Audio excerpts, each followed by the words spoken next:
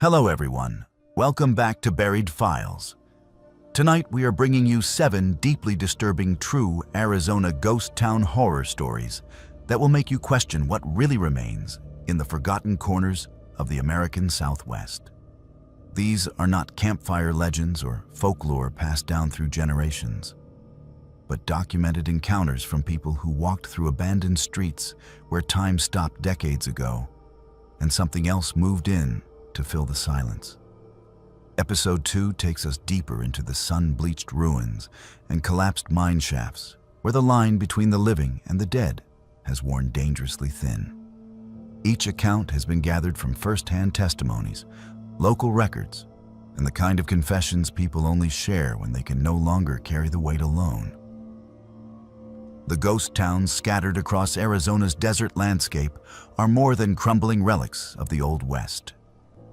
They are places where violence, greed, and desperation soaked into the earth and never truly left. If you crave authentic horror rooted in real locations and real fear, subscribe to Buried Files and activate the notification bell so you never miss our next journey into the darkness that history tried to bury. After you hear these 7 accounts tonight, share your own experiences with Arizona's abandoned places or any ghost town encounter that still haunts you in the comments below. Now settle in, turn down the lights, and let us walk together through the streets where the past refuses to stay silent. My name is George, and before last year I would have told you that ghost towns were nothing more than free locations for photography and a cheap way to feel brave.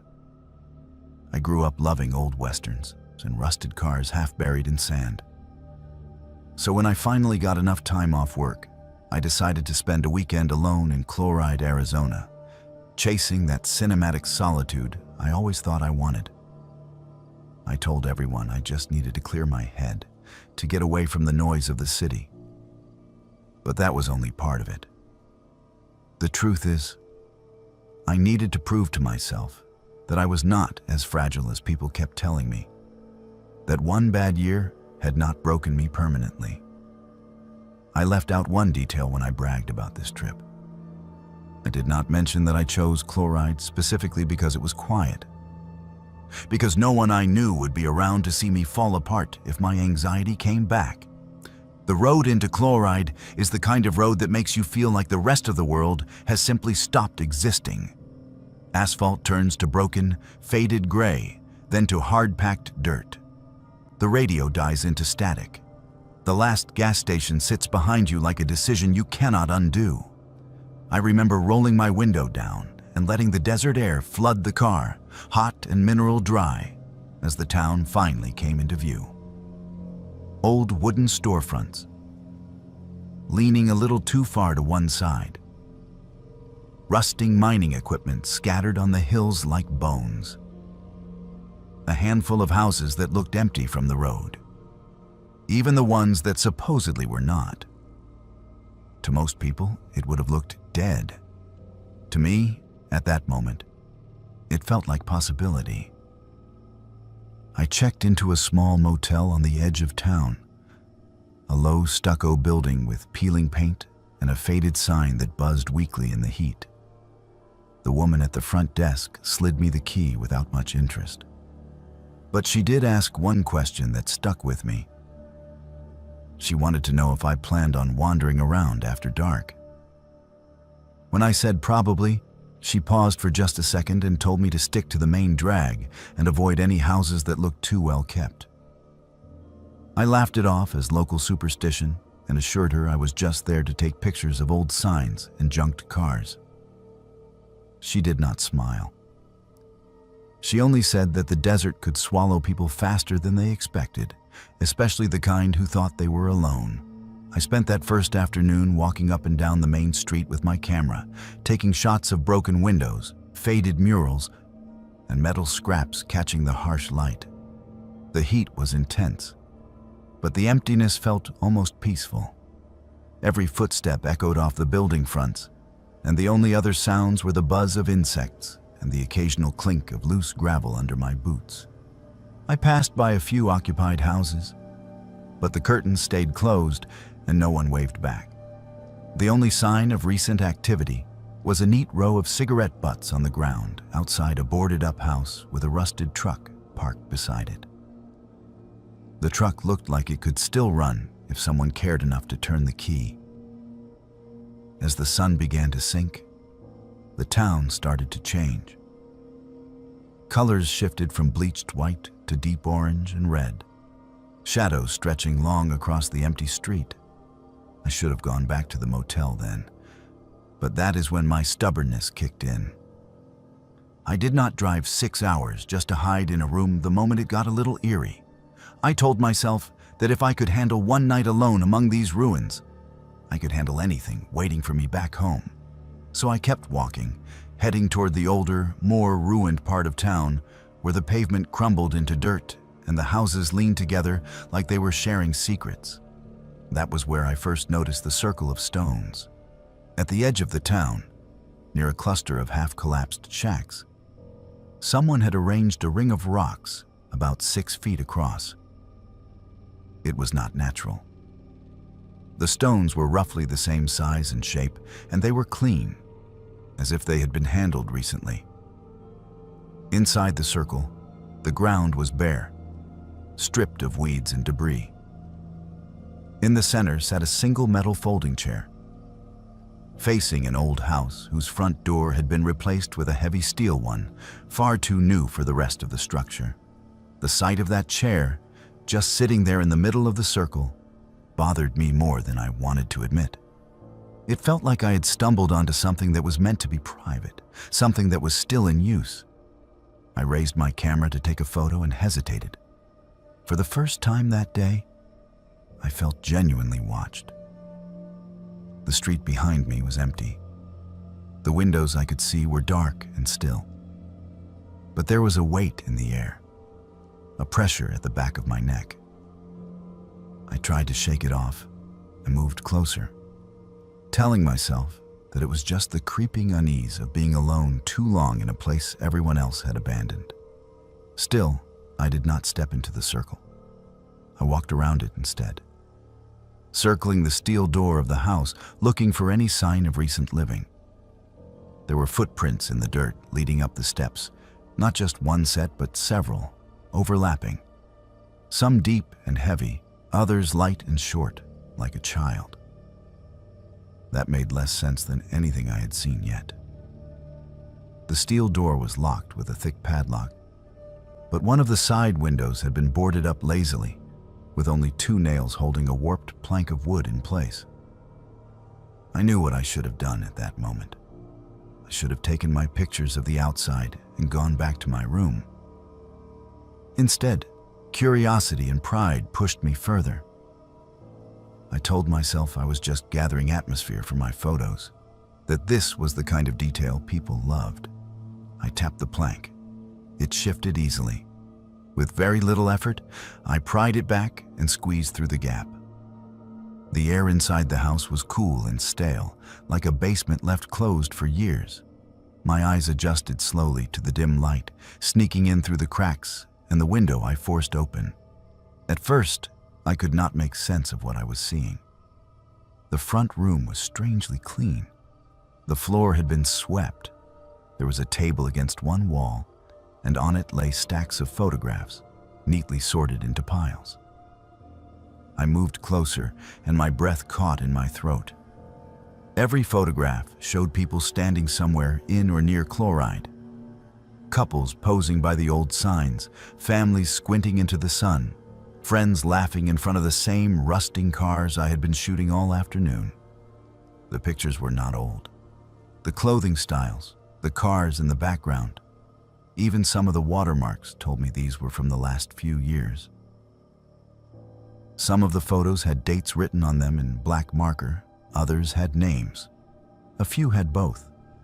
But scattered through the stacks were images where the faces had been scratched out, not just crossed, but gouged away with something sharp until the paper tore. I felt my stomach twist as I realized how many photos there were. Dozens, maybe hundreds. I had not seen anywhere near that many people in town. Most of the pictures were smiling and casual, the sort of shot a stranger would have to creep up and take from a distance. The back wall held something worse. Someone had taken a sheet of plywood and turned it into a map of sorts, marking the town with thumbtacks and bits of string. Certain buildings had multiple strings leading to them, ending in pinned photographs like trophies. Next to each cluster was a list of dates. I did not understand what I was looking at until I noticed a familiar logo in the corner of one photo. It belonged to a missing person flyer that had circulated online a year earlier. A young couple, last seen on a road trip, believed to have vanished somewhere in the Southwest. Seeing their smiling faces pinned up here, eyes scratched away, made my legs feel weak. It took me far too long to notice the photo at the very edge of the board. It was slightly crooked, like it had been pinned in a hurry. The image showed a man standing on the main street of Chloride, one hand raised to shield his eyes from the sun, camera strap across his chest. He was mid-step, caught in motion. The angle was from behind and to the side, like someone had followed him at a distance. It took my brain a few seconds to accept that I was looking at myself. The clothes, the bag, the way my head tilted toward the window across the street. There was no mistaking it. Above the photo, in black marker, someone had written the date. It was today. My first reaction was denial. I tried to convince myself that I was misreading it, that the writing was older and just looked fresh, that someone had printed the wrong date on the camera. But the marker lines were sharp and dark, not faded or dusty. The tack still gleamed. I stared at the picture, feeling the room tilt around me. Someone had been close enough to take that shot without me noticing. Someone had watched me walking, selected me, and then brought that photo into this house and pinned it up, with the date marked like an event. I should have turned and run right then. Instead, I made my second mistake. I whispered, without thinking, "Who are you?" The sound of my own voice in that quiet room was jarring. It was answered not by words, but by the soft scrape of something heavy moving in the next room. My entire body went cold. Until that moment, I had been operating under the comfortable illusion that this place was empty, that I was intruding on something only in the past. That illusion died with that sound. I turned off the small flashlight on my phone at once, plunging myself into deeper shadow. Slow footsteps crossed a floor I could not see, steady and unhurried, like whoever was out there already knew exactly where everything was. I dropped to a crouch beside the table, heart pounding so hard I could hear it in my ears. Whoever was in the next room muttered something under their breath, words I could not make out. And then a metal clink rang out, followed by the rhythmic squeak of a marker being dragged across a surface. I risked a look toward the doorway. The other room was darker, but I could see the faint outline of a human figure standing at what must have been another wall. The person lifted their arm and made a slow, deliberate motion. Another clink, another squeak. They were writing something. On the board, on the wall. I suddenly had a sick, vivid image of my own name being added beneath that photograph. I inched toward the window I'd come through, trying not to jostle the table or knock over any of the stacked photos. Every shift of my weight felt thunderous. The steps in the next room stopped. Silence pressed in, broken only by the buzzing in my own ears. Then a voice spoke, low and calm, and far too close to the doorway. The words were plain, almost casual.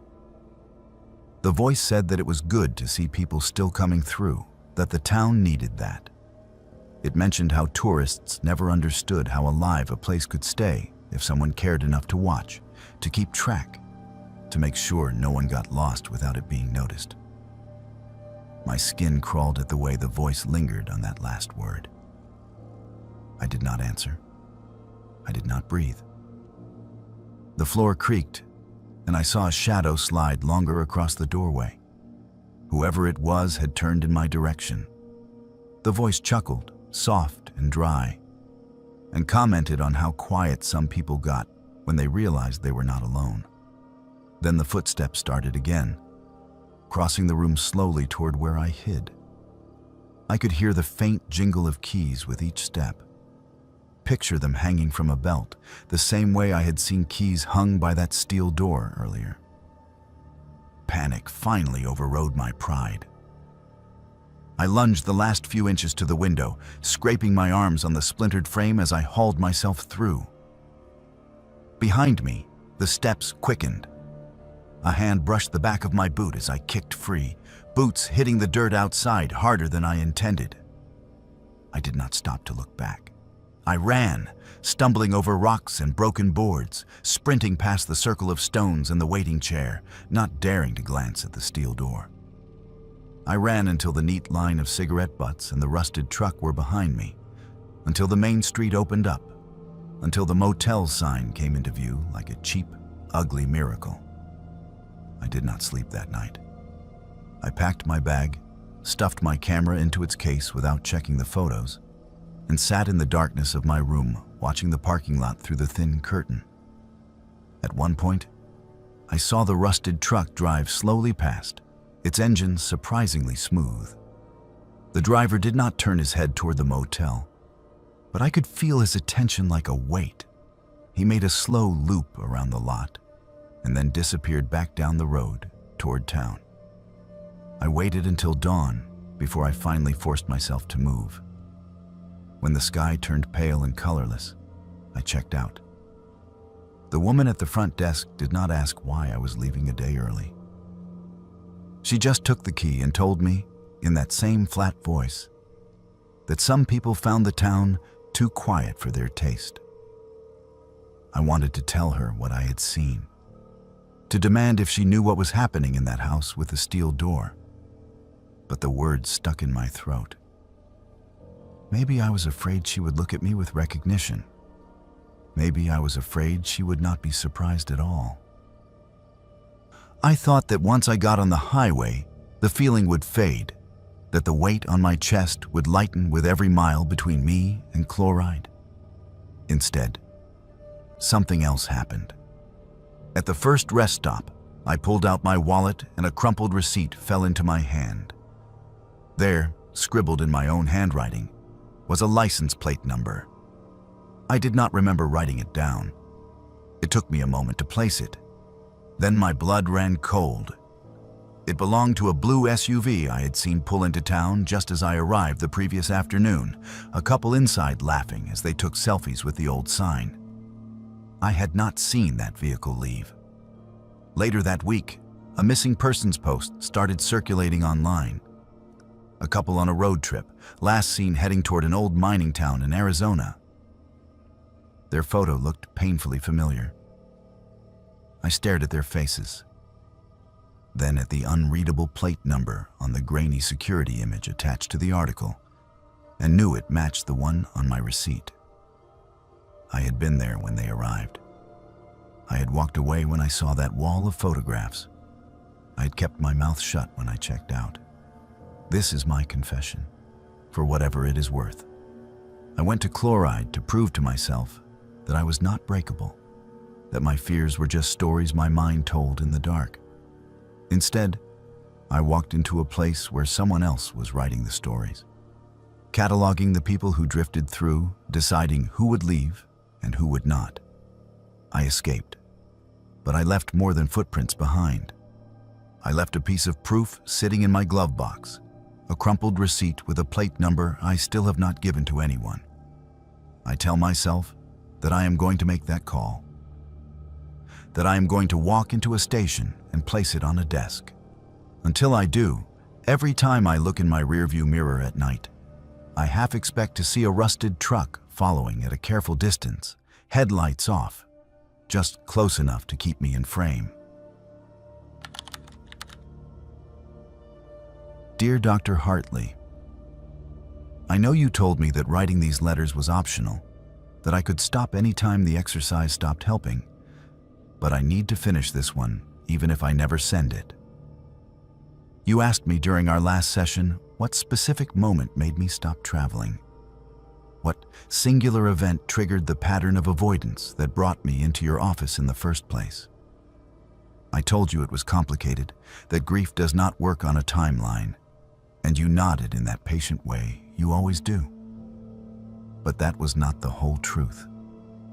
The real answer is simpler and far worse than complicated grief.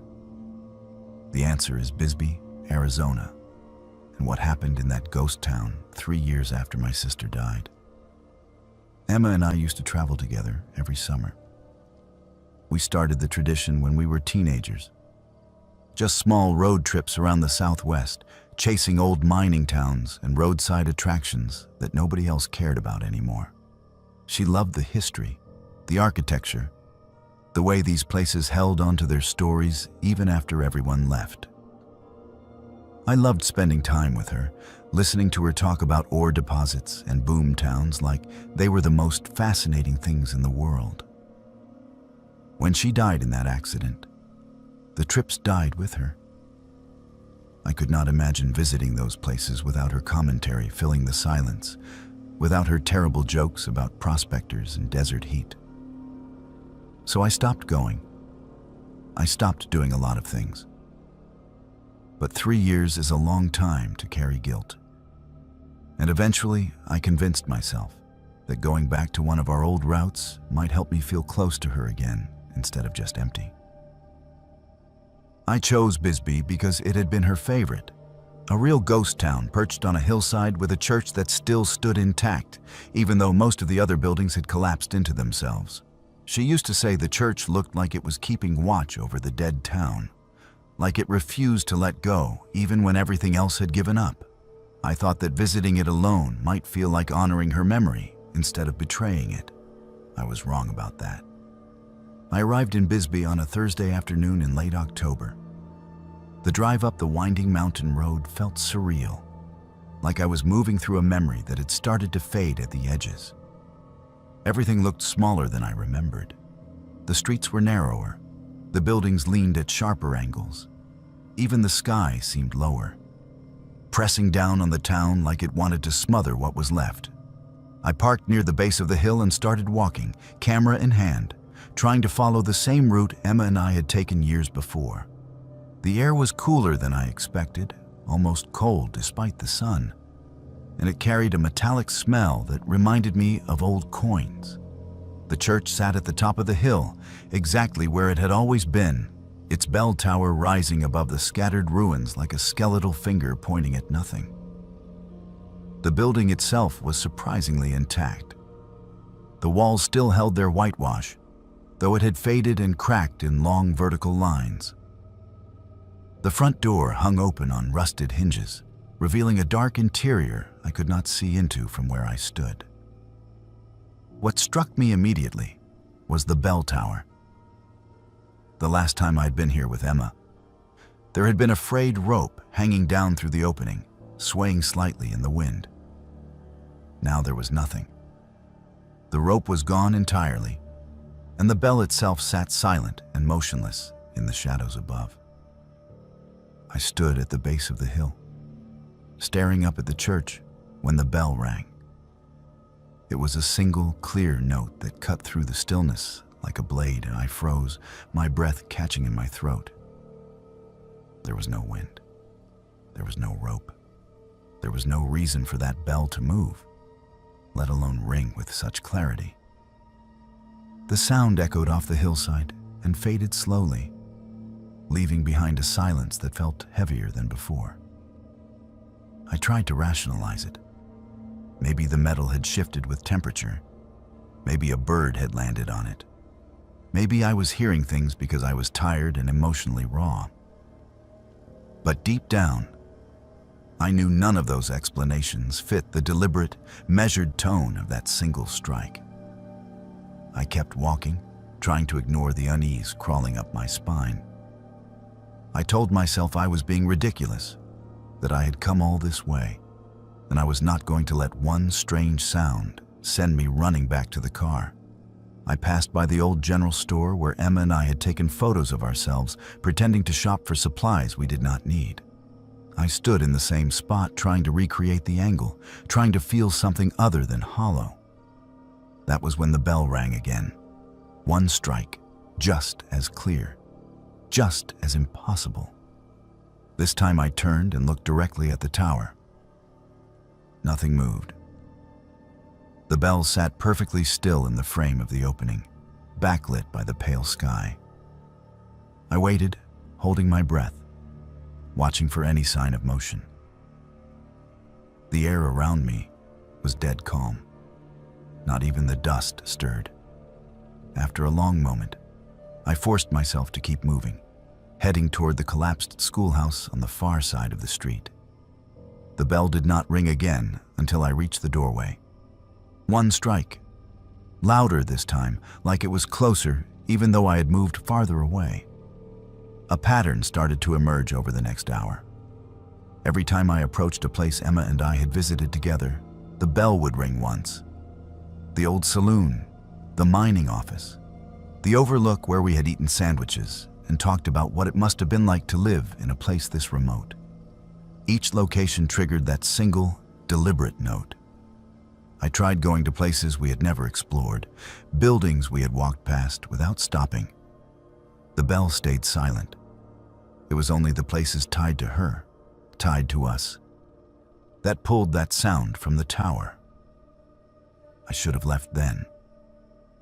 I should have recognized that whatever was happening was not natural and not something I wanted to understand. But grief does strange things to logic. Part of me started to wonder if this was her. If somehow Emma was trying to reach out, to let me know she was still present in the places we had shared. It was a desperate, irrational thought, but it took root in my mind and would not let go. So instead of running, I started counting. I pulled out my phone and opened the Notes app, writing down each ring as it happened. One at the saloon, one at the schoolhouse, one at the overlook, one at the general store, one at the mining office. By the time the sun started to sink, I had recorded 11 rings. 11. The number sat in my chest like a stone. I scrolled back through my call log, something I had not done in years, something I had avoided because I knew what I would find. The night Emma died, she had called me. I had been at a work dinner, phone on silent, annoyed at the interruption when I saw her name flash across the screen between courses. I had sent it to voicemail. She called again 20 minutes later. Voicemail, then again, and again. She called 11 times that night before the accident. 11 calls I never answered because I was too busy, too distracted, too convinced that whatever she needed could wait until morning. The realization made my knees weak. I sank down onto the steps of the old saloon, staring at the church tower in the failing light. The bell had not just been ringing at random. It had been counting the moments I had ignored her, counting the chances I had missed. I sat there as the sky turned from blue to purple to black, waiting to see if it would ring a 12th time, if there was some message or meaning I had not yet understood. The silence stretched on. The stars came out. The temperature dropped. And still, the bell did not ring again. I finally forced myself to stand and walk back toward my car, my legs stiff and unsteady. I had not eaten since morning. I had not had water in hours. I needed to find a place to stay for the night, to sleep and process what had happened, to decide whether I was losing my mind or experiencing something I could not explain. There was a small motel at the edge of town, barely more than a converted house with a few rooms above an old bar. The sign still flickered weakly in the dark, advertising vacancy in letters that had not been updated in decades. I checked in with a man who barely looked at me, just handed me a key and pointed toward the stairs. The room was sparse and cold, with a single bed, a cracked mirror, and a window that overlooked the hillside where the church tower rose black against the stars. I dropped my bag on the floor and sat on the edge of the bed, staring at that tower, willing myself to look away and failing. The exhaustion finally started to pull at me, dragging my eyelids down, making my thoughts slow and thick. I kicked off my shoes and lay back without bothering to pull the covers down. Sleep came faster than I expected, heavy and dreamless. I woke to the sound of the bell. It was ringing in a pattern now, not single strikes, but a repeated, uneven rhythm that had no melody, just a jarring series of notes that made my head throb. I sat up in the dark, disoriented, trying to remember where I was. The digital clock on the nightstand glowed faintly. 3:13 in the morning. The exact time the police had told me Emma's car left the road. The exact time she had been alone, hurt, waiting for help that came too late. The ringing stopped as suddenly as it had started. In the silence that followed, I heard something else. Footsteps. Slow, deliberate footsteps climbing the wooden stairs outside my room. They moved with a strange, uneven gait, like someone dragging one foot slightly behind the other. I held my breath, every muscle in my body locked tight, listening as the steps reached the top of the stairs and moved down the hallway toward my door. They stopped directly outside. I could see the shadow of feet blocking the thin line of light beneath the door. For a long moment, nothing happened. I sat frozen on the bed, unable to move, unable to think, just waiting for whatever was on the other side of that door to make the next move. Then I heard her voice. It was muffled, distorted, like it was coming through water or a bad phone connection, but it was unmistakably Emma. She said my name, just once. Soft and questioning, the way she used to say it when she needed my attention. Then she asked why I never answered. The question hung in the air, simple and devastating. I wanted to scream. I wanted to cry. I wanted to throw the door open and beg for forgiveness, to explain that I had been stupid and selfish, and that I would give anything to go back and pick up the phone. But I could not move. My body refused to obey. I sat there, paralyzed, as the voice on the other side of the door repeated the question. Softer this time, almost a whisper. Why did you never answer?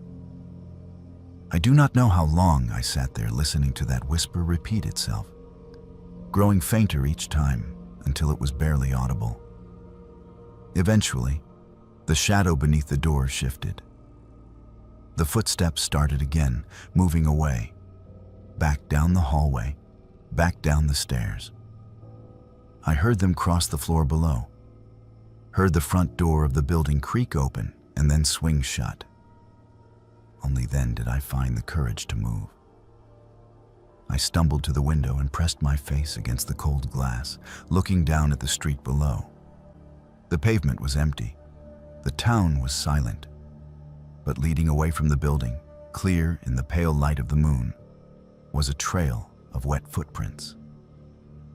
They were small, far too small to belong to an adult, and they left dark smudges on the dry ground as they moved in a straight line toward the church.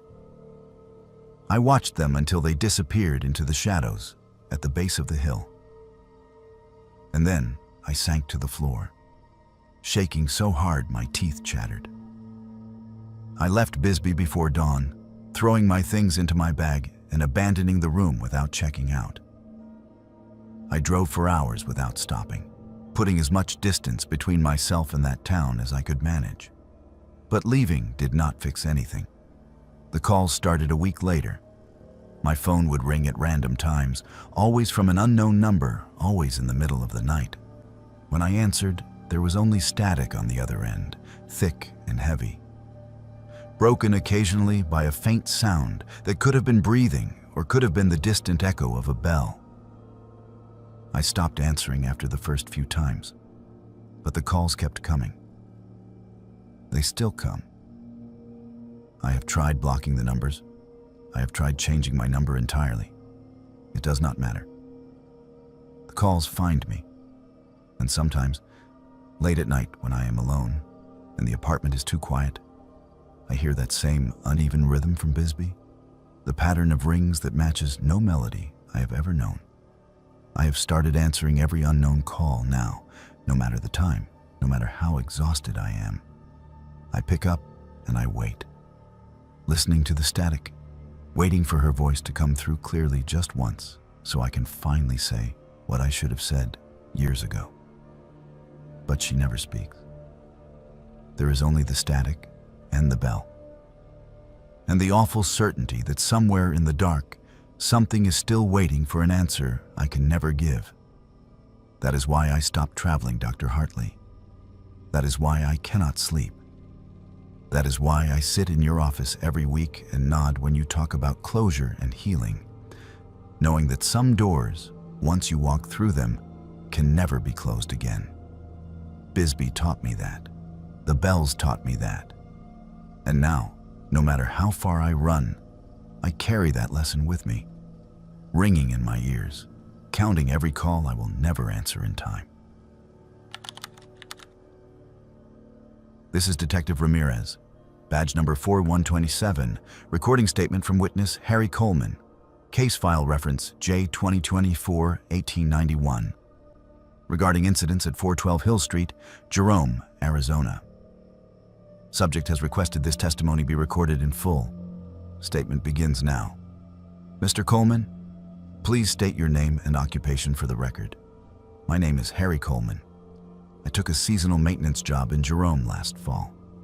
The position was supposed to last 3 months, just keeping an eye on some of the tourist shops that stay closed during the off-season, making sure pipes do not freeze and roofs do not cave in. The pay was decent, and they offered housing, which was the main draw for me. I had just finished a rough stretch of unemployment, and I needed something steady, something simple. The room they gave me was above an old antique shop on Hill Street, directly overlooking the main drag and a row of abandoned buildings across the way. The view was actually pretty nice during the day. You could see straight down the mountain, all the way to the valley.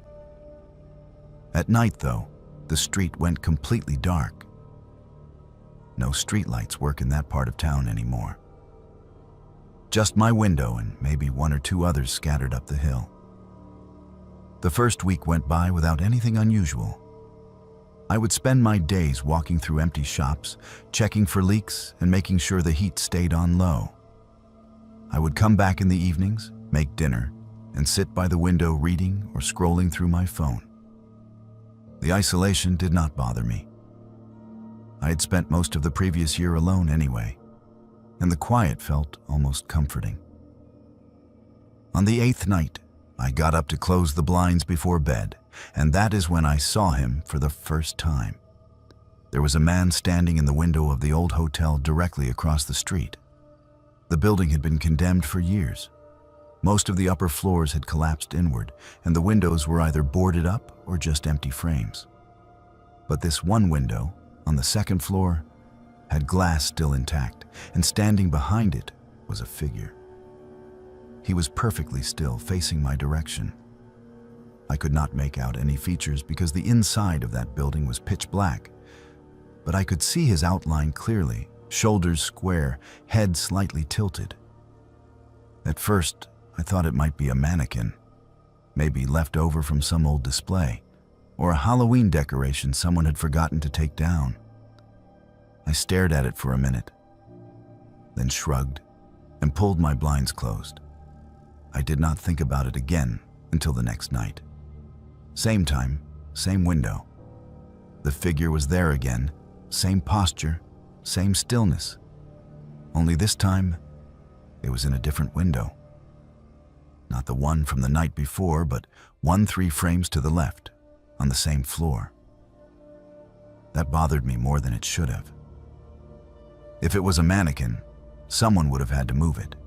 If it was a person, They would have had to be standing there for hours in a freezing, unstable building with no reason I could imagine. I told myself it was probably just another maintenance worker, someone doing the same job I was, but on the buildings that were too far gone to save. Still, I could not shake the feeling that whoever it was had been watching me specifically. The angle was too direct, the stillness too deliberate.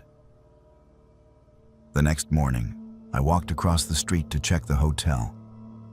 The front entrance was chained shut, but one of the side doors had been pried open at some point, probably by kids or vagrants. I stepped inside carefully, testing each floorboard before putting my full weight down. The air inside was damp and sour, thick with mold and rot. I climbed the stairs to the second floor, which groaned so loudly I almost turned back. The hallway stretched in both directions, doors hanging open or missing entirely. I found the room with the window where I had seen the figure. The floor was covered in broken glass, plaster dust, and bird droppings. In the center of the room, directly beneath the window, was a set of footprints in the dust. They were clean and recent, the treads still visible. But they stopped in the middle of the floor. There were no prints leading in, no prints leading out. Just those 2 feet, planted in the dust, facing the window. I backed out of that room and did not go into the hotel again. But I kept watching. Every night, around the same time, the figure would appear. Sometimes in the same window, sometimes in a different one. Always facing me, always perfectly still. I started keeping a log, writing down which window he appeared in and what time I first noticed him. I told myself I was being rational, that documenting it would help me figure out what was happening. But the truth is, I was becoming obsessed. I stopped closing my blinds. I would sit in the dark, staring across the street, waiting for him to show up. When he did, I would stare back, trying to make sense of what I was seeing. After 2 weeks of this, I realized something that made my skin crawl. The figure was not just appearing in different windows, he was mimicking me. If I tilted my head to the right, his silhouette would shift the same way a few seconds later. If I raised my hand to scratch my neck, his outline would move in the same gesture. The delay was slight, just a beat or two behind, but it was unmistakable. I tested it over and over, moving in specific ways, watching him echo my motions like a shadow that had learned to exist on its own. I stopped going to the window after that. I kept the blinds closed and tried to ignore the pull I felt to look, to check if he was still there. But the compulsion was overwhelming. On the 23rd night, I gave in. I opened the blinds just a crack and peeked through. The figure was not in the hotel. The windows across the street were empty and dark. For a moment, I felt a strange mix of relief and disappointment. Then I saw the reflection in my own window. He was standing directly behind me. I spun around so fast, I nearly fell. The room was empty, completely empty. But I had seen him, clear as anything, standing just over my shoulder in the glass. I could still see the afterimage burned into my vision, the shape of his head, the angle of his shoulders. My hands were shaking as I turned back to the window. The reflection was gone, but I could hear something. Breathing, slow and steady just inches from my ear.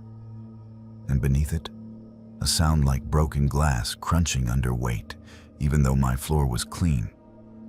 I did not sleep that night.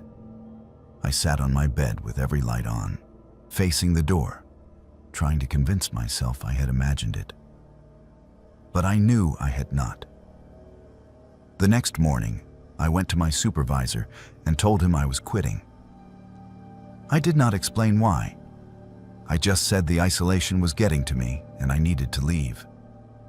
He did not argue. I think he could see something in my face that made him uncomfortable. I packed my things and left Jerome that afternoon.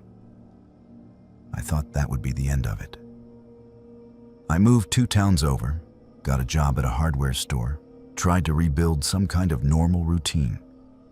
But 3 weeks ago, I started seeing posts online. Tourists visiting Jerome, sharing photos of the historic buildings, talking about how charming and eerie the town was. In the background of one photo, barely visible, was the antique shop where I used to live. And in the upper window, the one that used to be mine, there was a figure, standing perfectly still, facing the camera. More photos started appearing, different tourists, different angles, different times of day. But that window kept showing up, and so did the figure, always in the same position, always watching. One person commented that they had tried to go inside the shop to see who it was, but the door was locked and the place looked abandoned. Another said they had seen the figure move when they looked away, like it shifted positions only when no one was directly watching. I contacted the property owner and asked if anyone had been hired to replace me. He said no. The building was still vacant. He had been trying to find someone willing to stay there, but applicants kept backing out after seeing the place. When I asked him why, he said they all gave the same reason. They felt watched. He laughed when he said it, like it was a joke. I did not laugh. That brings me to why I am here, Detective. I need this on record. I need someone official to know what I saw, what I experienced, and what is still happening in that building. I do not know what it is. I do not know if it was ever human or if it is something else entirely. But it learned from me. It studied me. And now it is doing the same thing to anyone who looks too long at that window. I am afraid of what happens when it finishes learning. I am afraid of who it chooses next. Statement concludes at 11:47 a.m. Mr. Coleman, we will file this report and follow up if any actionable evidence presents itself. In the meantime, I recommend you avoid the area and refrain from monitoring social media posts related to Jerome, for your own peace of mind. Do you understand? I understand, Detective. But I do not think staying away is going to matter. Because last night, I was closing the blinds in my new apartment, and I saw him again. Not in Jerome, here, standing in the window of the building across from mine. Same posture, same stillness, watching me like he never left. Hey, Rosie, it's Poppy. I know you're not going to listen to this right away because you're still at school and your phone's probably on silent, but I need you to hear this before you do anything stupid. I saw your Instagram story last night, the one where you tagged Vulture City and said you and your friends were planning a spring break trip out there because you thought it looked cool. You need to cancel that trip. I mean it. Delete the post. Tell your friends you changed your mind. Make up any excuse you want. But do not go to that place. I know you think I'm being dramatic. I know you probably rolled your eyes when you saw I left you 3 missed calls. But I need you to trust me on this one. Because what happened to me at Vulture City is the reason I haven't slept through a full night in 8 months. I'm going to tell you something I've never told anyone in the family. Something I made everyone swear not to talk about after it happened. You know how Great-Grandpa Edward used to tell those stories about working near the old mining camps, about how rough things were and how men made their own justice when the law was too far away to matter? He always made it sound like folklore, like campfire tales meant to scare kids into behaving. I used to love those stories.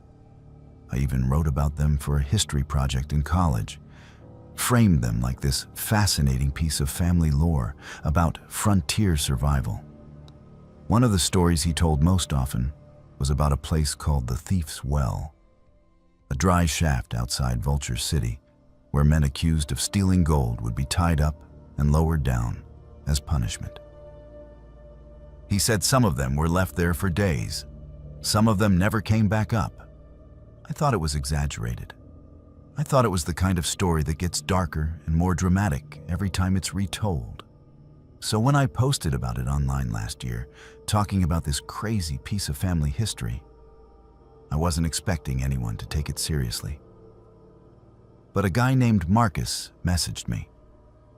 He ran a small urban exploration channel and said he'd been trying to locate the thief's well for years.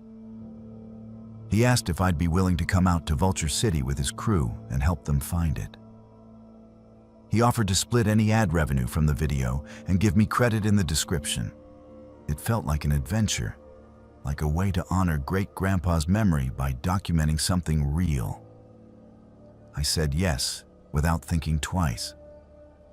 We met up on a Saturday in late September.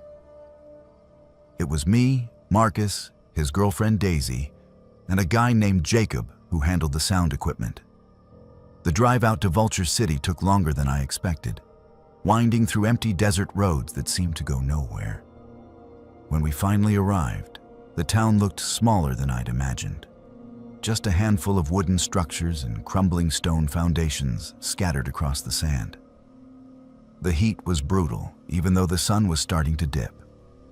Marcus was excited, talking nonstop about potential shots and angles.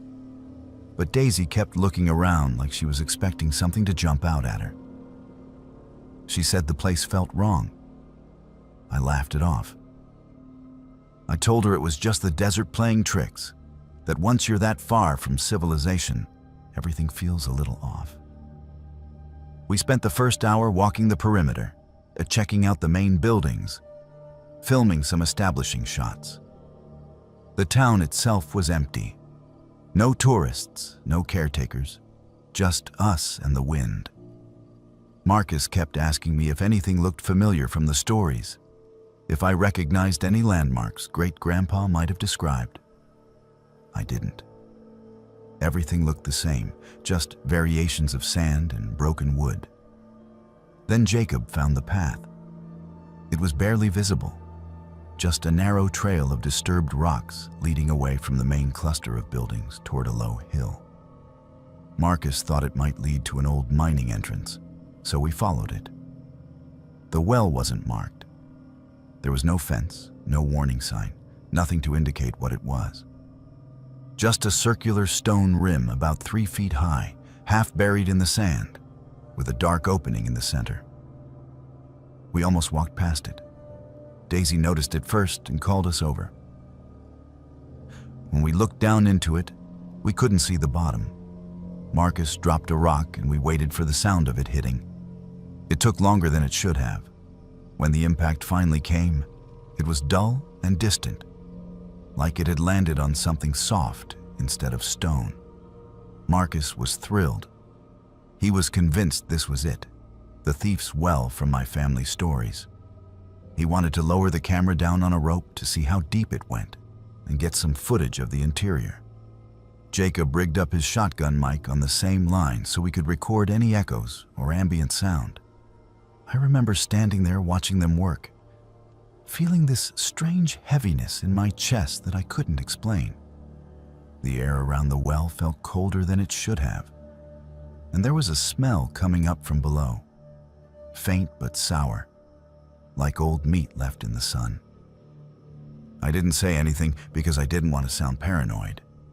They lowered the equipment slowly, playing out about 60 feet of rope before the line went slack.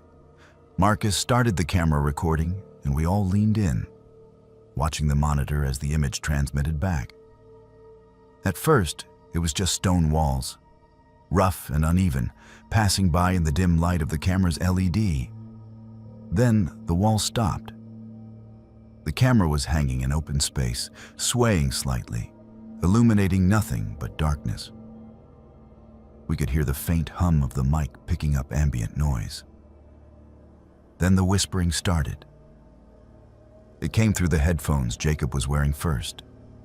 He pulled them off fast, his face going pale, and held them out so we could all hear. It was voices, multiple voices, layered over each other, speaking in a rhythm that didn't match any language I recognized. It sounded old, strained, like people talking through ruined throats. Daisy stepped back from the well. She said we needed to pull the equipment up and leave. Marcus argued. He said it was probably just wind distortion or interference from the rocks. But I could see his hands shaking as he held the monitor. I made a mistake then. I thought if we could just get a little more footage, something definitive, it would make sense. I suggested Marcus lean in farther to adjust the angle of the rope to stabilize the camera. He did.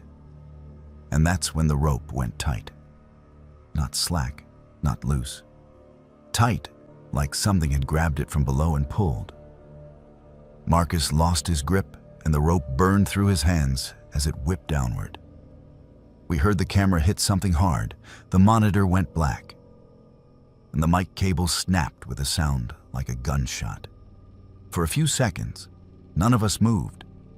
Then Marcus started pulling the rope back up, hand over hand, cursing under his breath. It came up too easily, no weight on it at all. When the end finally appeared, the camera was gone.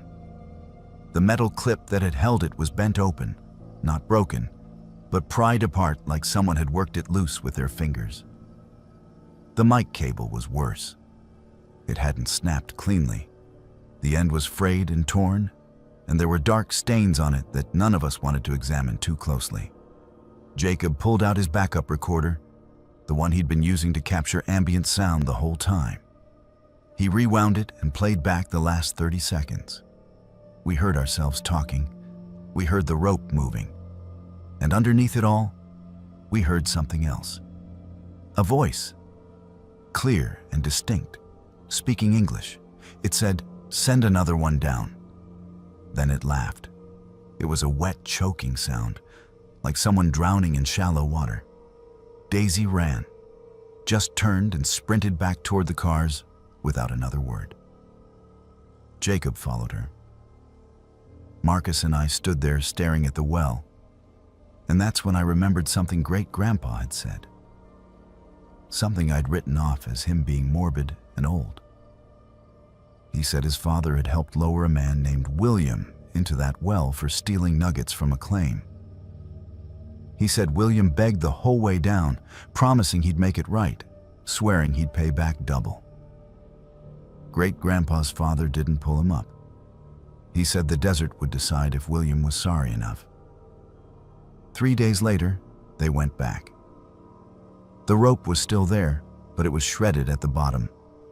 And when they pulled it up, all that came with it was a piece of cloth and something that looked like fingernails. I told Marcus we had to leave. He didn't argue this time. We walked back to the cars in silence. But as we reached the edge of town, I heard a sound behind us. It was faint, but unmistakable. Stones rolling, not falling, rolling like someone was walking in circles and kicking them loose. I turned and looked back at the hill where the well was hidden. I couldn't see it from that distance, but I could see dust rising in a lazy spiral, like something was pacing. We didn't talk about it on the drive back. Marcus deleted the footage. Jacob sold his equipment and quit doing sound work entirely. Daisy blocked all of us and moved to another state. I tried to move on. Tried to convince myself it was just a bad day in a creepy place and nothing more. But then the sound started. It was about 2 weeks after we got back. I was taking a shower and the pipe started rattling, not the usual clanking of old plumbing, but a rhythm, a pattern. It was the same cadence as the voices we'd heard in the well, that desperate pleading tone stretched out into knocking sounds. It happens every time now, every shower, every time I run the sink too long. Sometimes I hear it in the walls at night, that same rolling rhythm, like someone pacing in circles just out of sight. I've had plumbers out 3 times. They say there's nothing wrong with the pipes. I know what it is, Rosie. I know what I brought back with me from that well. Great-Grandpa didn't tell us the whole story. He didn't mention that the men they left down there didn't just die. They stayed. and now one of them knows where I live. So please, Rosie, I am begging you, do not go to Vulture City. Do not look for that well. Do not think you're braver or smarter or luckier than I was. Because if you go down that path and you stand at that edge, something down there will notice you. And once it does, it will follow you home. So you asked me about previous employment. That should be a simple question, right? Most people would just list off a few job titles, maybe mention why they left, keep it brief and professional.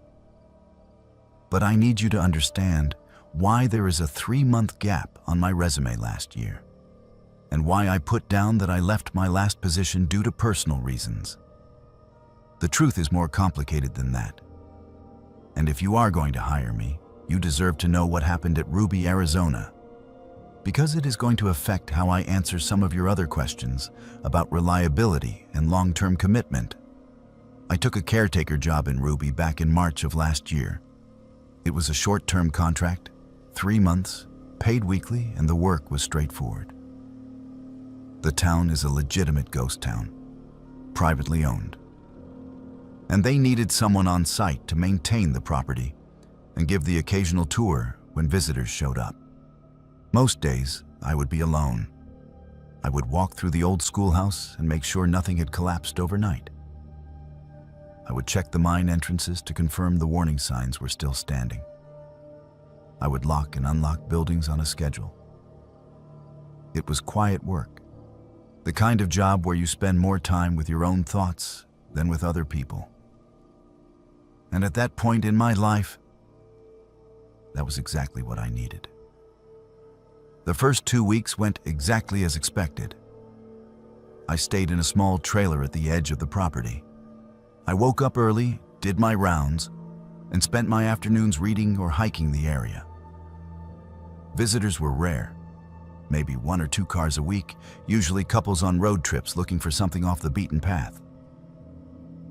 I would walk them through the general store, show them the assay office, tell them the basic history of the mining operation and why everyone eventually left. It was easy, repetitive, comfortable. Then the family showed up. It was a Wednesday afternoon, unseasonably hot, and I was sitting outside the old schoolhouse when I heard a car coming up the gravel road. A silver sedan pulled into the clearing and a family of 3 got out. The father was tall, mid-40s, wearing a polo shirt and baseball cap. The mother was smaller, dark-haired, holding a camera. Their daughter looked about 10, wearing a bright yellow jacket that stood out against the pale desert backdrop. They were cheerful, the way tourists usually are, excited to see something different. The father waved and asked if I could give them a tour. I said sure, grabbed my keys, and started walking them through the main buildings. The father asked all the usual questions. How old is the town? Why did people leave? Are there any ghost stories? The mother took photos of everything. The daughter stayed quiet, but she smiled when I pointed out the old jail cell and told her about the time a prospector got locked in there as a prank and had to wait 2 days before someone remembered he was inside. They laughed. They thanked me. They asked where the best photo spot was, and I pointed them toward the overlook near the abandoned general store. Then they left. I watched their car disappear down the road, and I went back to my trailer to make dinner. I did not think about them again until the next day. Thursday afternoon, same time, almost to the minute. I heard a car on the gravel. I looked up and saw a silver sedan pulling into the clearing. The same family got out. Same polo shirt, same baseball cap, same yellow jacket. The father waved and asked if I could give them a tour. I stared at him for a moment, confused, waiting for some kind of acknowledgement that we had already met. There was nothing. No recognition. No joke about coming back for a second look. He just stood there smiling, waiting for my answer, like it was the first time he had ever seen me. I assumed I was misremembering, that maybe it had been a different family the day before or a different color car. People start to blur together when you spend too much time alone. So I gave them the tour. Same route, same buildings, same stories. And as I talked, I started to notice things. The father asked the exact same questions in the exact same order. The mother took photos from the exact same angles. The daughter stayed quiet until I mentioned the jail cell, and then she smiled at the exact same moment. When I finished, the father asked where the best photo spot was. I told him the overlook near the general store. They thanked me and left. Friday afternoon, silver sedan, same family, same clothes, same questions. This time, I did not wait for them to speak. I walked up to the father and asked if he remembered being here yesterday. He looked at me like I was confused. He said this was their first time visiting Ruby, that they had driven out from Phoenix that morning. I asked the mother. She said the same thing. I looked at the daughter. She just stared back at me with that same small smile, and I felt something cold settle in my chest. I gave them the tour anyway, but this time I tested it. I started finishing their sentences. When the father opened his mouth to ask how old the town was, I answered before he could get the words out. When the mother lifted her camera toward the assay office window, I told her the lighting was better from the left side. She moved left without questioning how I knew. The father laughed nervously and said I must be good at reading people. I did not correct him. When we reached the jail cell, I turned to the daughter before I even started the story and said, "You are going to like this part." She nodded, still smiling, and I told the story exactly as I had the previous 2 days. Her expression did not change. It was like watching a recording play out in real time. When the tour ended, I did something different. I told them the mine entrance had the best photo spot, not the overlook. I wanted to see if they would break the pattern. The father thanked me, and they walked toward the mine. I followed at a distance, staying far enough back that they would not notice. They stopped at the entrance, stood in front of the warning signs, and stared at the boarded-up shaft. Then all three of them turned at the same time and walked toward the general store instead, the place I had told them to go the previous 2 days. They did not speak. They did not look at each other. They just moved in perfect synchronization, like they were being pulled. I did not follow them to the store. I went back to my trailer, locked the door, and tried to convince myself I was losing my mind. Isolation does strange things to people. Memory gets unreliable. Faces blend together. I'd probably seen a dozen families over the past 2 weeks, and my brain was just misfiring, creating patterns where there were none. I almost believed it. Then Saturday came. Same time, same car, same family. This time I did not give them the tour. When the father got out and waved, I stayed where I was and shouted that the property was closed for maintenance. He looked confused. He called back asking if we could reschedule, if maybe tomorrow would work. I said no. I said they needed to leave. The mother stepped forward, still holding her camera, and asked if something was wrong. I did not answer. I just stared at them, waiting for something, anything, that would prove they were real people and not whatever the hell I'd been seeing for the past 3 days. The father shrugged, put his arm around his wife, and started walking toward the old general store anyway. I shouted after them. I told them they could not go back there, that the buildings were not safe. They did not stop. They did not even turn around. They just walked in perfect unison, the daughter trailing slightly behind, all three of them headed toward the same spot. I followed, my heart pounding, my hands shaking. When I reached the store, they were standing in front of the window, the big cracked one that faced the street. They were not looking inside. They were looking at their reflections. I stopped a few feet behind them and looked at the glass. Their reflections were wrong. The father, mother, and daughter in the window were facing me, not the glass. Their mouths were moving, but no sound was coming out. Their eyes were fixed on me, unblinking, even though the real bodies in front of the glass were still staring straight ahead. I took a step back. The reflections moved closer to the glass, pressing against it from the inside, their hands flattening on the surface. Then I blinked, just once, and they were gone. All of them. The street was empty. The reflection showed nothing but the buildings behind me. There were footprints in the dust where the family had been standing, but they did not lead away. They just stopped, like whoever made them had evaporated mid-step. I quit the next morning. I did not wait for my contract to finish. I packed my trailer, drove straight to the property office, and told them I was done. I did not give them details. I just said the isolation was worse than I expected, and I needed to leave immediately. They did not fight me on it. I think they could tell something had broken in me. I have not been back to Ruby since. I have not taken any job that requires me to be alone for extended periods. And I have developed a new habit that I know sounds insane. Whenever I see a family in public, I watch them for longer than I should. I watch to see if they repeat their movements, if their expressions loop, if their reflections match what their bodies are doing.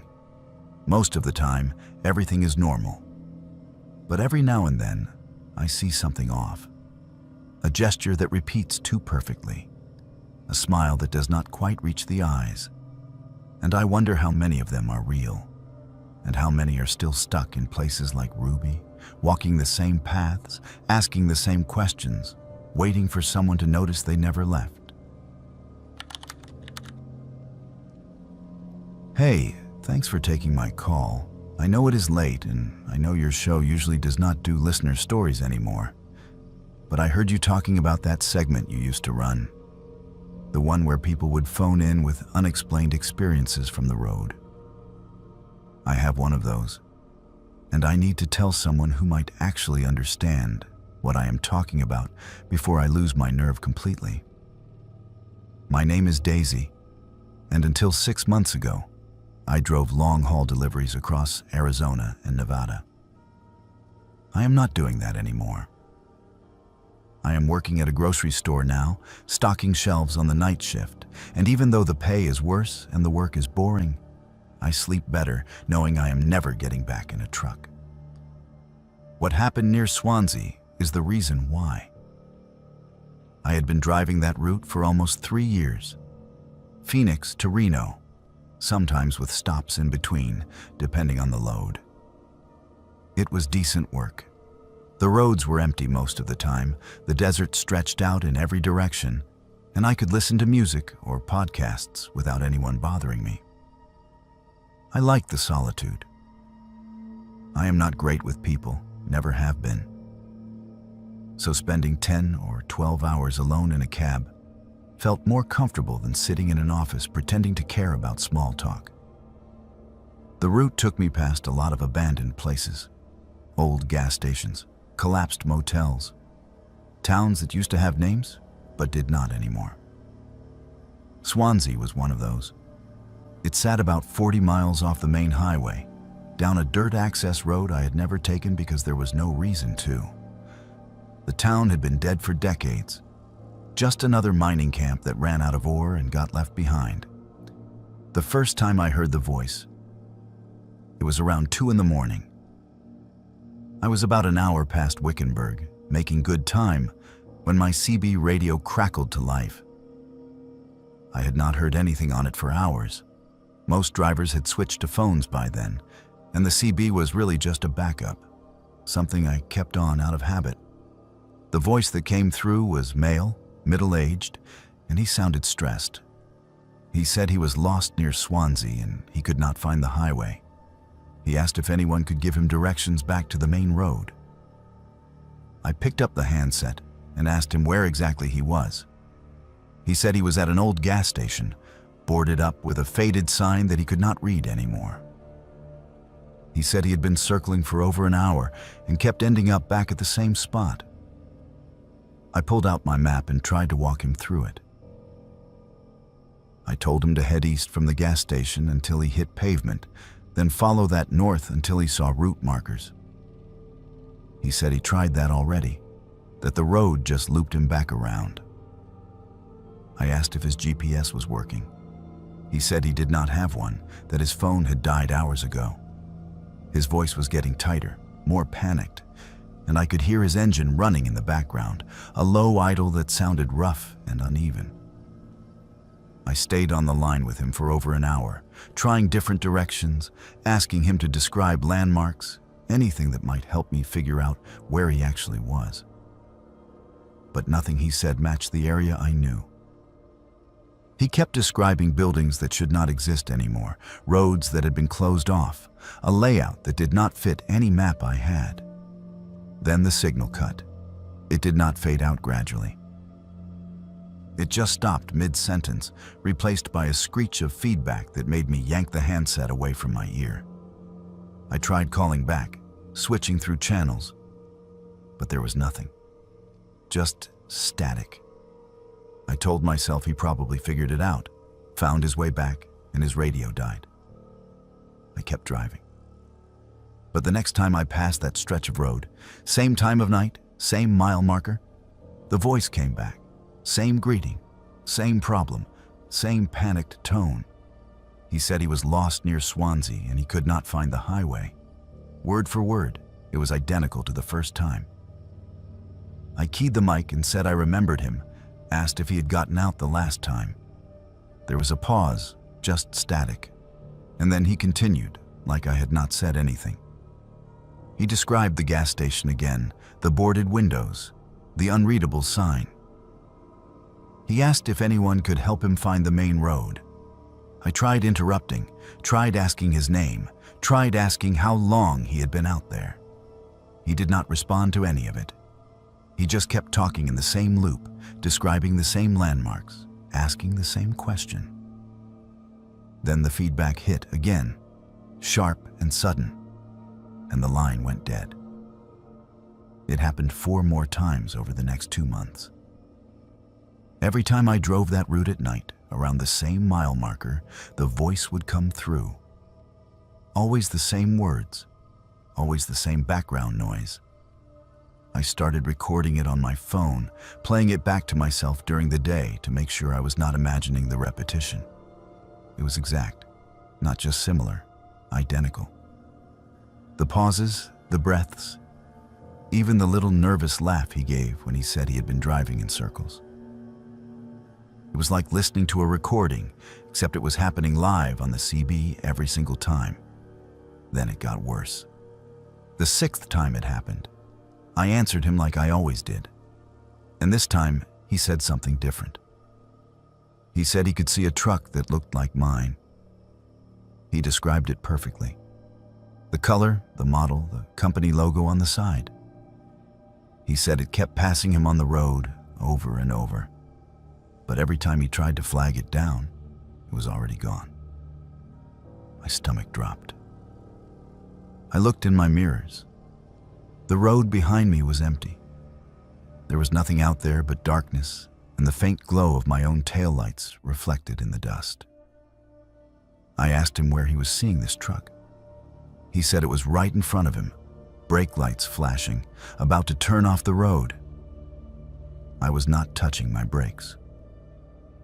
I was holding steady at 70 miles an hour on a straight stretch of highway. I told him he was wrong, that he could not be seeing me because I was nowhere near Swansea. He did not respond. Instead, I heard my own voice come through the radio. It was me, from an earlier conversation, giving him directions. My voice was slightly distorted, like it had been recorded on bad equipment and played back through a speaker, but it was unmistakably mine. I was hearing myself tell him to head east, to look for pavement, to follow the route markers north. It was the exact advice I had given him the first time, replayed back to me while I sat in my truck listening. I pulled over. I had to. My hands were shaking so badly I could not hold the wheel steady.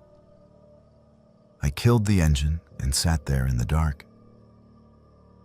The CB still crackling with my own voice, giving directions to someone who was not responding. Then the voice on the radio shifted again.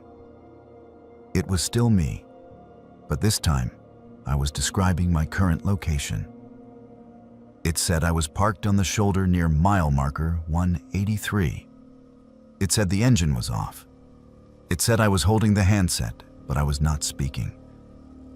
Every word was accurate. Every detail was something that was happening in real time, but I was not the one saying it. I threw the handset down and turned off the CB. I restarted the truck and drove straight through the rest of the night without stopping, without turning the radio back on, without looking at anything except the road in front of me. When I got to Reno, I told my dispatcher I was done. I turned in my keys, walked away from the truck, and never went back. I thought that would be the end of it. I thought if I stopped driving that route, stopped putting myself near that mile marker, the voice would stay where it belonged. But it did not. 3 weeks after I quit, I was at home, sitting in my kitchen, trying to relax with some late-night radio. I was scanning through stations, looking for something that was not commercials or static, when I landed on a frequency that sounded like a CB channel. And I heard it, the same voice, the same plea. He said he was lost near Swansea, and he could not find the highway. I froze, my hand hovering over the dial. Then I heard the response. It was my voice again, offering directions, describing landmarks, telling him to head east. The conversation played out exactly as it had months before, me and him looping through the same exchange. I turned the radio off and sat there in the dark, trying to convince myself it was coincidence, that CB frequencies sometimes bled into AM bands, that I was tired and paranoid. But it keeps happening. Not every night, but often enough that I have stopped listening to the radio entirely. Sometimes I will be lying in bed, the apartment completely silent, and I will hear it faintly through the walls. That same distressed voice asking for help, that same recording of me answering. And underneath it, barely audible, the sound of an engine idling rough and uneven, like it is coming from somewhere far away and impossibly close at the same time. 2 nights ago, I broke my own rule. I turned on the radio in my car just for a second, just to see if it was still there. It was. But this time, after the usual exchange. After my recorded voice finished giving directions, there was a new sound. Footsteps, slow and deliberate, crunching over gravel. Then the voice spoke again, but it was not asking for directions anymore. It said my name. It said, "Daisy, I can see your apartment from here." It described my building. It described the window of my kitchen. It said the lights were on, and I was standing near the counter. I was standing near the counter. I looked out the window at the empty parking lot, at the dark desert beyond, and I saw nothing. But I heard the voice continue. It said it had been waiting for me to come back, that it knew I would eventually, that everyone who heard the broadcast always came back. I have not turned the radio on since. I have not driven past that stretch of highway. I have not gone near Swansea or any of the roads that lead to it. But I do not think it matters anymore.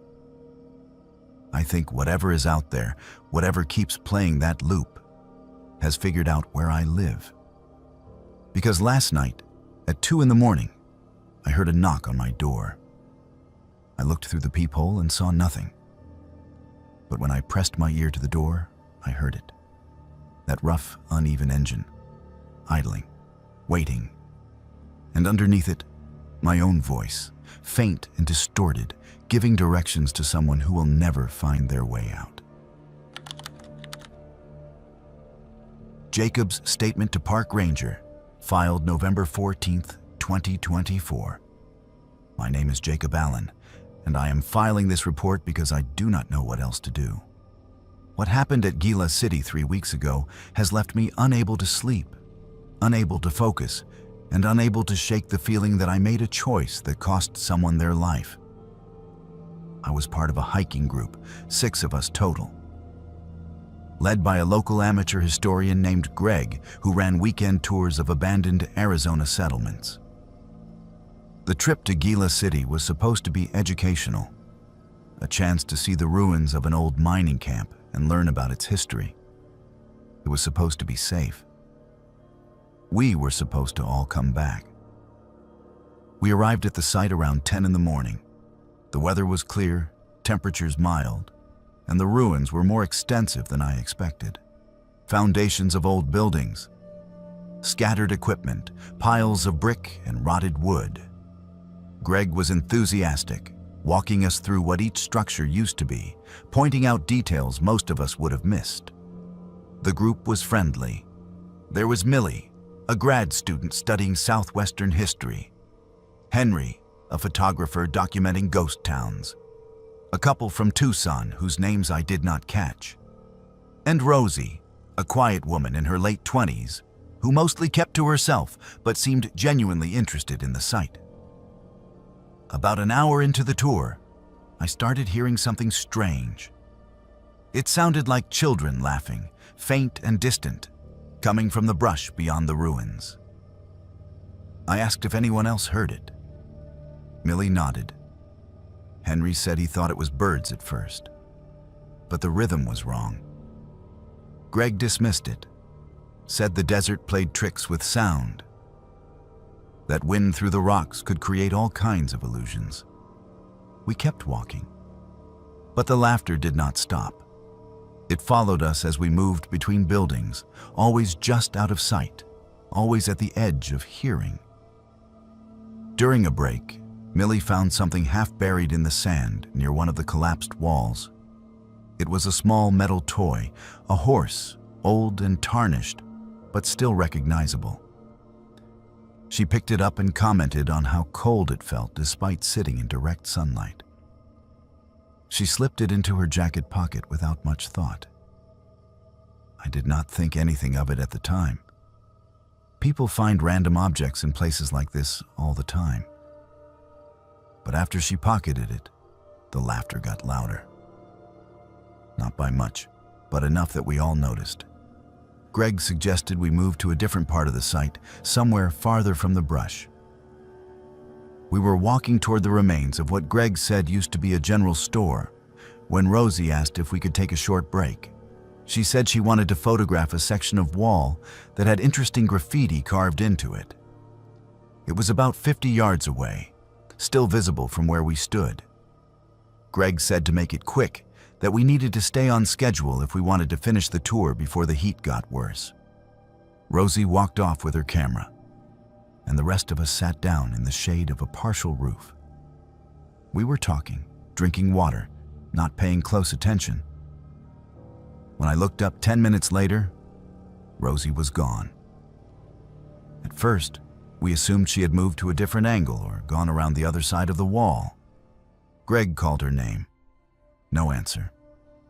We stood up and walked toward the spot where we had last seen her. Her camera bag was sitting on the ground, open, with her water bottle beside it. But Rosie was nowhere in sight.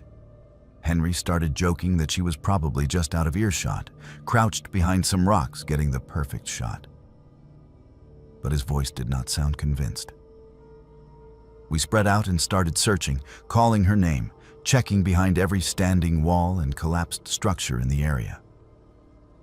That was when I saw the footprints. They were small, child-sized, pressed into the soft dirt near where Rosie's bag sat. There were dozens of them, overlapping and circling, like a group of kids had been running around in loops. But none of us had seen any children. The site was empty except for our group. I pointed them out to Greg. He crouched down and examined them, his face going pale.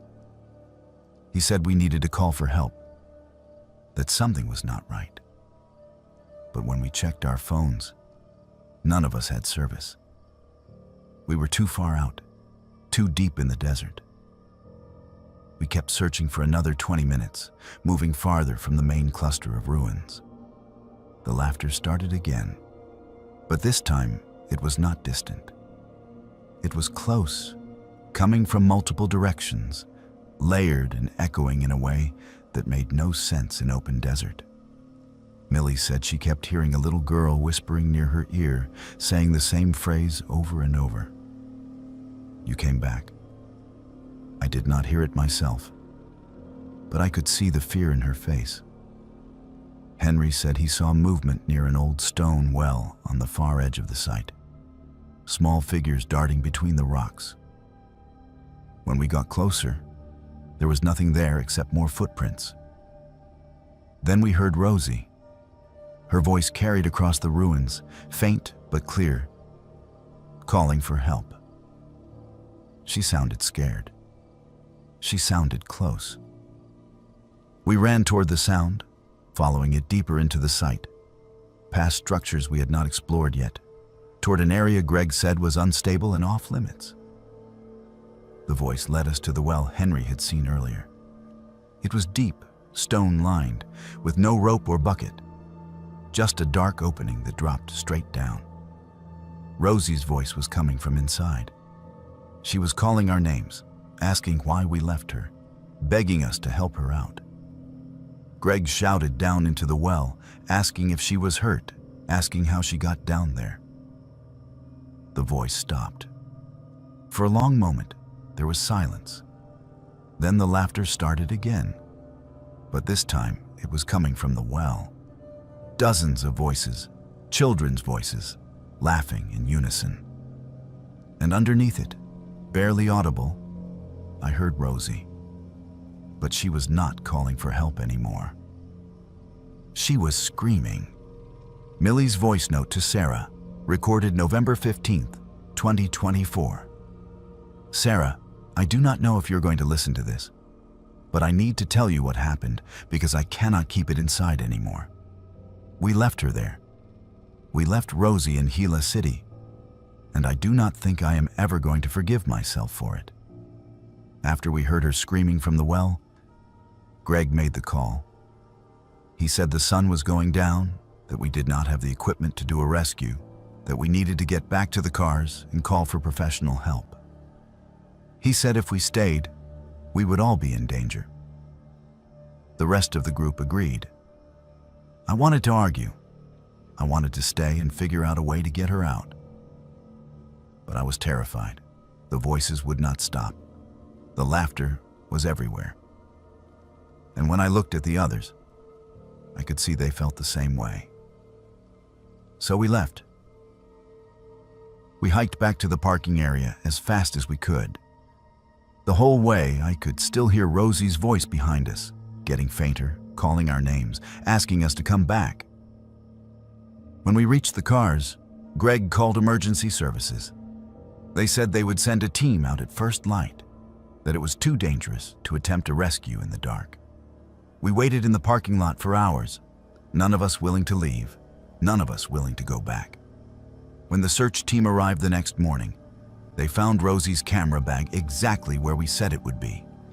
They found the footprints. They found her jacket near the well, but they did not find her. The well was only 15 feet deep. The bottom was dry, covered in sand and debris. There was no body, no sign that anyone had fallen in, no evidence that Rosie had ever been there. The search team expanded their perimeter, checking every building, every gully, every possible place she could have gone. They brought in dogs. They brought in drones. After 5 days, they called it off. Rosie was listed as missing, presumed dead, cause unknown. The official report said she likely wandered off and succumbed to the elements, that the desert could hide a body indefinitely if the conditions were right. But I know that is not what happened. I know because 3 nights ago, I woke up to the sound of a little girl laughing outside my bedroom door. I live on the 3rd floor of an apartment building. There are no children in the units near mine. I got up and looked through the peephole. The hallway was empty, but when I pressed my ear to the door, I could hear footsteps, small footsteps, running in circles. And underneath that, I heard Rosie's voice. She was asking someone to let her go, saying she did not want to play anymore. I opened the door. The hallway was still empty, but there were wet footprints on the carpet, child-sized, leading away from my door and disappearing at the elevator. I followed them. The prints stopped at the elevator doors, but the floor indicators showed it was going down. I watched the numbers drop. 3, 2, 1. Ground floor. Then it kept going. Basement. Sub-basement. The building does not have a sub-basement. The toy horse I found in Gila City, the one I put in my jacket pocket and forgot about, is sitting on my kitchen counter right now. I have thrown it away 3 times. It keeps coming back. Last night, it was sitting on top of the map I printed out before the trip, the one with Gila City marked in red. This morning, there were tiny handprints in the dust on my coffee table, like someone small had been walking across it while I slept. I hear the footsteps every night now, running, playing, circling my apartment like they are looking for something. And sometimes, late at night when everything is quiet, I hear Rosie's voice mixed in with the laughter, asking why we left, asking when we are coming back to play. I do not know what to do, Sarah. I do not know how to make it stop. And I am terrified that one night I am going to open my door and find out.